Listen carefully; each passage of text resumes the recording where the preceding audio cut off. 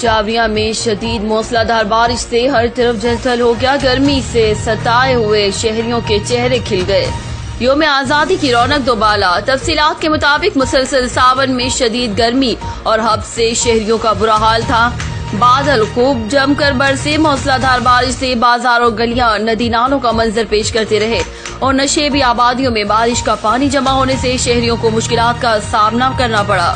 मूसलाधार बारिश से इलाका जावरिया में गर्मी का जोर टूट गया और मौसम खुशगवार होने से शहरियों ने सुख का सांस लिया। हालिया बारिशों ने न सिर्फ गर्मी का जोर टूटा बल्कि धान की फसल के किसानों को भी रिलीफ मिला है, क्योंकि महंगे डीजल से ट्यूबवेल चलाना और आबियारी करना मुश्किल लगता है। रिपोर्ट हाजी जफर अब्बास, जावरिया सरगोदा। मजीद खबरों और अपडेट्स के लिए देखते रहिए बोलो टीवी ग्रीस।